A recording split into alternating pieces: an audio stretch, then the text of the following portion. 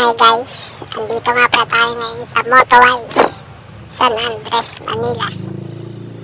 Tumalo tayo kay Boss Al Sarabia. May tumatid na sila mga jacket, padded jackets, mga tires na bagay sa mga motor natin. At saka meron din sila mga hard plastic top box, meron din silang alloy. Yan, kasama yung upuan. Meron din sila mga full and half face helmets. Yan, bagay yung mga ganyang kulay.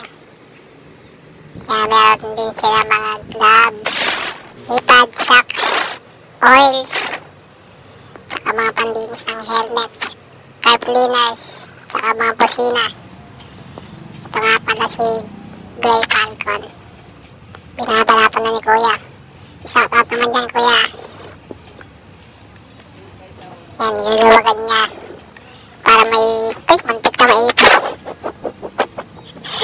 Muntik na nga ni. Masakit yan, no? Natawa din siya eh. Muntik na siyang tamaan ng upuan eh. Sabi niya, aray ko. Ayan na, naikabit na ni Kuya yung bracket kung saan pauupuin yung hard top box. Yan, shoutout sa SEC. Baka naman.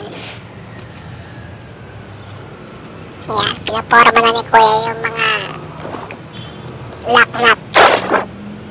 Yan, isilip niya kung saan dyan. Agay, pasok!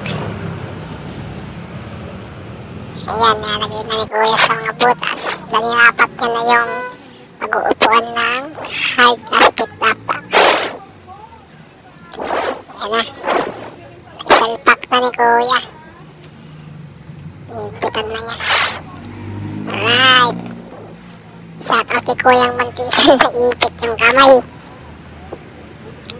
Binisik lang ni Kuya. Yan, ikabit na. Basic lang, mga 5 minutes. Tapos na agad. Yan, shoutout nga pala sa Motowise.